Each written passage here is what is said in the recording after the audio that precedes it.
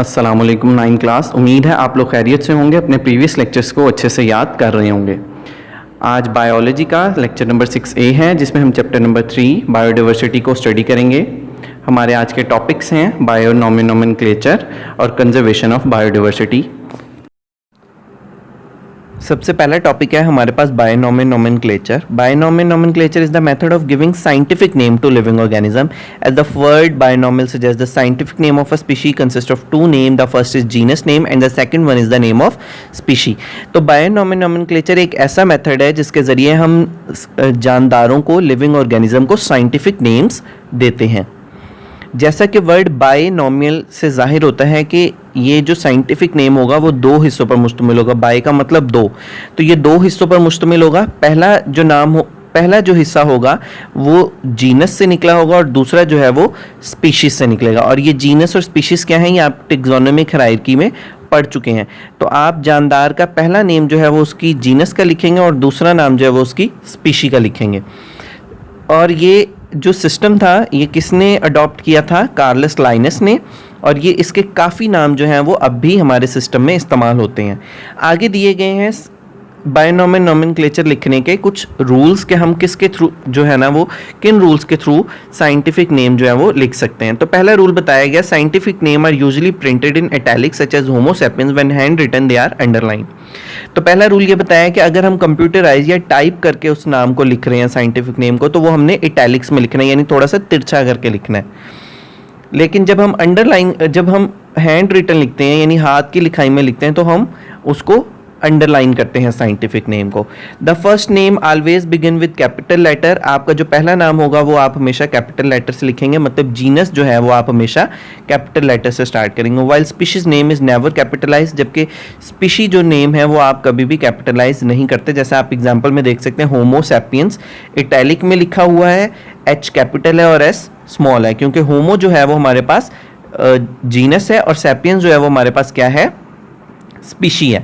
The scientific name is generally written in full when it is first use. जब आप पहली दफ़ा scientific name को इस्तेमाल करेंगे, आप कहीं पे भी अगर डिस्क्रिप्शन दे रहे हैं, एक्सप्लेनेशन दे रहे हैं, तो आपने पहली दफ़ा जब उस साइंटिफिक नेम को इस्तेमाल करना है तो पूरे स्पेलिंग्स के साथ पूरा नाम लिखेंगे। लेकिन अगर उस नाम को बार बार इस्तेमाल किया जा रहा है या उसी जैसे जीनस के और बहुत सारे नाम इस्तेमाल हो रहे हैं, तो फिर आप पहला वर्ड जो है वो सिर्फ कैपिटल में सिंगली लिख देते हैं। मिसाल के तौर पर आपको दिया गया एस्चेरिचिया कोलाई, आप लास्ट में देख सकते हैं। तो एस्चेरिचिया कोलाई अगर आप बार बार इस्तेमाल करेंगे तो पहली दफ़ा आप पूरा लिखेंगे और इसके बाद आप इसको ई कोलाई लिखते मेंशन करते जाएंगे। बिल्कुल इसी तरीके से होमो सैपियंस लिखा हुआ है, आप होमो का एच लिख के और बाकी सैपियंस लिख सकते हैं जब आप एक वर्ड को बार बार इस्तेमाल कर रहे होंगे। इसके बाद यहाँ पे दी गई है सिग्निफिकेंस। आप लोगों ने इसको खुद स्टडी करना है, मैं आपको इसको समझा देता हूँ कि ये क्या चीज़ है। इसमें सिंपली बताया गया है कि बायोनोमेनोमेनक्लेचर की सिग्निफिकेंस यानी अहमियत क्या है। तो इसमें ये चीज़ एक्सप्लेन की गई है कि जब हम ये चीज़ देखते हैं कि हमारे एक ही जानदार या एक ही ऑर्गेनिज्म के डिफरेंट रीजन्स में डिफरेंट नेम्स होते हैं। मिसाल के तौर पे अगर मैं अनियन की बात करूं, प्याज की बात करूं, तो उसे इंग्लिश में अनियन, उर्दू में प्याज, पंजाबी में बसाल, कुछ और लैंग्वेजेस में गंडा, वसाल वगैरह कहा जाता है। बात का मकसद ये है कि एक ही जानदार के कई सारे नाम इस्तेमाल हो सकते हैं। तो ऐसे टाइम पे जब कभी साइंटिस्ट इकट्ठे होते हैं, रिसर्च अपनी या लिखते हैं, तो ऐसे टाइम पे उन्हें अगर वो अपना रीजन नेम इस्तेमाल करेंगे तो चीज़ को समझना जो है वो मुश्किल हो जाएगा। ऐसे टाइम पे हम साइंटिफिक नेम का सहारा लेते हैं और अपनी चीज़ को एक्सप्लेन कर देते हैं। बिल्कुल इसके बरक्स, in some cases different organisms are called by the same common name. बिल्कुल इसी तरीके से कुछ ऐसा सिस्टम भी चलता है कि हम काफ़ी जानदारों को एक ही नाम से बुलाते हैं। मिसाल के तौर पर अगर हम ब्लैक बर्ड कहते हैं तो वो ब्लैक बर्ड जो है वो क्रो के लिए भी इस्तेमाल हो सकता है और रेवन के लिए भी। तो यहाँ पे दो चीज़ें पता लगी हैं कि एक तो ये कि हम एक ऑर्गेनिज्म के लिए कई नाम इस्तेमाल करते हैं या एक नाम से कई ऑर्गेनिजम्स को जाहिर किया जाता है। तो इन सब कन्फ्यूजन से बचने के लिए हम जो है वो साइंटिफिक नेम्स का सहारा लेते हैं और सिंपली जो है वो साइंटिफिक नेम को इस्तेमाल करके अपनी रिसर्च, अपनी कम्युनिटीज़ में इकट्ठे होके डिस्कस करते हैं। क्योंकि इसमें ये चीज़ बहुत सादी सी बताई जा सकती है कि अगर हम अपने रीजन का नाम लिखते हैं तो लाजिम है कि मैं अगर किसी चीज़ को गंडा बोल रहा हूँ, यानी प्याज को अगर गंडा का वर्ड इस्तेमाल किया जा रहा है तो दूसरे रीजन के लोग उसको लाजिम नहीं है कि वो गंडा बोलें। ठीक है, तो बिल्कुल इसी तरीके से साइंटिफिक नेम है हमें हेल्प करते हैं ताकि हम अपनी बात को ईजिली कन्वे कर सकें साइंटिफिक कम्युनिटी में। इसके बाद दूसरी चीज़ ये भी बताई जाती है कि जब हम कॉमन नेम इस्तेमाल करते हैं तो उसकी कोई साइंटिफिक बेस नहीं होती। मिसाल के तौर पे हम कई फिशेस के लिए जो है वो आगे फिश लगा के उसका नाम बना देते हैं, मिसाल के तौर पे silverfish, crayfish, jellyfish, star fish.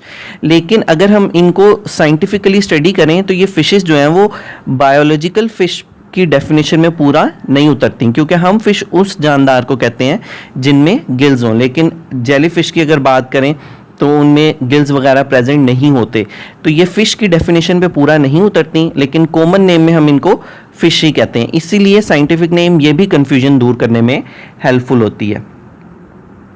इसके बाद हमारे पास आगे उन्होंने कुछ एग्जाम्पल्स में साइंटिफिक नेम दिए हैं। अनियन का साइंटिफिक नेम दिया गया है एलियम सीपा, कॉमन सी स्टार का दिया एस्ट्रियस रूबन और हाउस क्रो का दिया कॉवस स्प्लेंडेंस। ये आपने एमसीक्यूज़ के लिए तैयार करना है। ये टेबल बहुत इंपॉर्टेंट है आपके एमसीक्यूज़ और शॉर्ट क्वेश्चन के लिए। इसके बाद आपके पास आता है conservation of biodiversity. During the last century loss of biodiversity has been increasingly observe in the modern area due to human action. Species and ecosystem are threaten with the destruction to an extent rarely seen in earth history. तो यहाँ पे ये चीज़ explain की जा रही है कि last कुछ सेंचुरी में ये चीज़ देखी गई है कि हमारी जो बायोडाइवर्सिटी है वो बहुत ज़्यादा तबाह हो रही है, और इसकी वजह क्या है? ह्यूमन एक्टिविटीज़ है। मिसाल के तौर पे इसकी एक एग्जांपल देख लेते हैं कि हम जंगलात को काट देते हैं अपनी रिहाइश की जगह हासिल करने के लिए। ऐसे में ना सिर्फ हमारे बहुत सारे कीमती पौधे ज़ाया हो जाते हैं या ख़त्म हो जाते हैं, बल्कि इसके अलावा बहुत सारे जानवरों की रहने की जगह भी जो है वो ख़त्म हो जाती है। A species that no longer lives in ecosystem is called extinct in that ecosystem.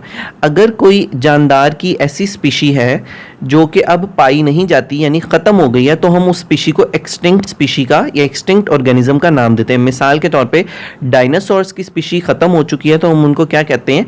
Extinct organism कहते हैं। When species of an ecosystem become extinct the stability of ecosystem is harmed.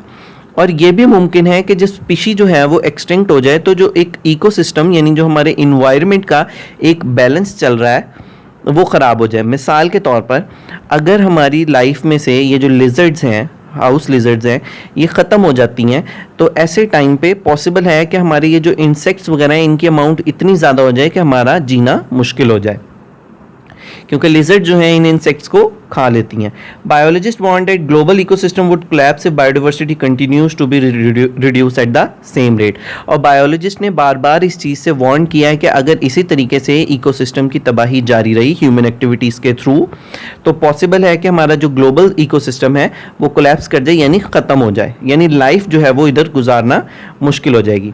यहाँ पे एक्सटिंक्ट का वर्ड यूज़ किया गया, आप लोग side box में देखेंगे, आगे हम इसको पढ़ भी लेंगे कि इंडेंजर स्पीशी का भी वर्ड यूज़ किया जा रहा है। ऐसी स्पीशीज जो कि करीब हैं ख़त्म होने के, हम उनको कहते हैं इंडेंजर स्पीशी, यानी खतरे में जो स्पीशीज हैं, यानी जिनकी स्पीशी जो है आने वाले टाइम में ख़त्म हो जाएगी। Many plant and animal species have gone extinct इन पाकिस्तान। बहुत सारे पौधे और एनिमल्स हैं जिनकी स्पीशी जो है वो ख़त्म हो चुकी हुई है। जैसे मैंने आपको भी एग्जाम्पल दी थी डायनासोर्स वगैरह की। Example of endanger extinct animal species are lion, tiger, Asiatic cheetah, Indian one horn rhinoceros, swamp deer, Indian wild ass, hangul, blackbuck, etc। तो ये सारे जितने भी जानदार हैं ये इंडेंजर हैं, इंडेंजर्ड स्पीशीज़ हैं, मतलब कि आने वाले टाइम में पॉसिबली अगर इनकी इसी तरीके से स्पीशीज़ ख़त्म होती नहीं तो ये भी जो है वो एक्सटिंक्ट हो जाएंगे, ख़त्म हो जाएंगे। यहाँ पे जो है वो दोनों डेफिनेशंस आपको दी गई हैं, इनको जो है वो हम लोग रीड करेंगे। In an ecosystem a species called extinct when there is no doubt that the last individual of that species has died in that ecosystem. जब ये चीज़ कंफर्म हो जाए कि उस स्पीशी का आखिरी जानदार भी जो है वो ख़त्म हो चुका है, तो हम उस स्पीशी को एक्सटिंक्ट का नाम दे देते हैं। मैंने आपको जैसे अभी बताया डायनासोर्स की स्पीशी के उसका लास्ट जानदार भी जो है वो ख़त्म हो चुका है। More than 260,000 people are added to the world population each day, और more than 180 each minute. और इतनी ज़्यादा पॉपुलेशन जो है वो पर डे के हिसाब से जो है वो हमारी बढ़ रही है, जिसकी वजह से हमें रहने के लिए जगह चाहिए। जंगलात की कटाई की जा रही है ताकि हम अपनी रहने की, इंडस्ट्रीज़ की जो है वो रिक्वायरमेंट पूरी कर सकें। Habitat loss is the probably the greatest threat to biodiversity on earth today. और रिहाइश का यानी हैबिटेट लॉस, रिहाइश की, रहने की जगह जो है वो ख़त्म हो जाना सबसे बड़ा लॉस है इस वक्त। और ये सिर्फ खाली लॉस ही नहीं है बल्कि हमारी बायोडाइवर्सिटी के लिए एक बहुत बड़ा खतरा भी बनती जा रही है। अब ऊपर का पैराग्राफ रीड करते हैं। By 10,000 years ago there were about 5 million people on earth. With the advancement in agriculture and industry, human population began to grow rapidly. Today around 600 million people live on earth. और ये इतनी ज़्यादा आबादी जो है वो अर्थ पे रह रही है। To improve the living condition for 600 million people, we are imposing serious threat to survival of biodiversity. और इस, जैसे मैंने आपको अभी एक्सप्लेन किया, इस पॉपुलेशन की रिक्वायरमेंट्स को पूरा करने के लिए हम बायोडाइवर्सिटी को जो है वो तबाह करते जा रहे हैं। ओवर हंटिंग है, डिफॉरेस्टेशन है, हैबिटेट लॉस है, इंट्रोडक्शन ऑफ और रिमूवल ऑफ स्पीशीज़ है, पोल्यूशन, क्लाइमेट चेंज, ये सारी वजहें जो हैं इस वजह से हमारी स्पीशीज़ जो हैं वो एक्सटिंक्ट होती जा रही हैं, ख़त्म होती जा रही हैं। इस बॉक्स में एक और डेफिनेशन दी गई है, स्पीशीज़ कॉल्ड इन डेंजर। एक स्पीशी तब खतरे में कहलाती है when it is at risk of extinction in new future, जब ये रिस्क पैदा हो जाए कि वो आने वाले मुस्तकबिल में जो है वो ख़त्म हो जाएगी। मिसाल के तौर पे हमने अभी ऊपर जो है वो काफ़ी एग्जांपल्स देखी। दरअसल ये बॉक्स जो है मेरी बुक में बाद में दिया गया, आप लोगों की बुक के पेज पे बिल्कुल साइड पे दिया, आप लोगों ने वहाँ से ये दोनों डेफिनेशन जो है वो मार्क भी करनी है। इस मार्किंग को आप लोगों ने अपनी बुक पर नोट कर लेना है। इसमें मुख्तलिफ इम्पॉर्टेंट शॉर्ट क्वेश्चंस और MCQs जो हैं वो मार्क किए गए हैं। आप लोगों ने इसको अच्छे से जो है वो याद कर लेना है। इसके अलावा अगर एक्स्ट्रा शॉर्ट क्वेश्चंस, क्योंकि आप लोगों के बोर्ड पॉइंट ऑफ व्यू से इम्पॉर्टेंट होते हैं MCQs वगैरह भी, तो वो आपको आपके स्कूल नोट्स में जो हैं वो अवेलेबल हैं। आपने वहाँ से जो है वो याद कर लेने इस चैप्टर से रिलेटेड, ताकि आप लोगों को पेपर सॉल्व करने में किसी किस्म की डिफ़िकल्टी ना हो। उम्मीद है स्टूडेंट्स आप लोगों को आज का लेक्चर समझ आ गया होगा। इस लेक्चर को अपनी बुक पर अच्छे से नोट कर लीजिए और याद भी कर लीजिए। अल्लाह आपका हामी नासिर।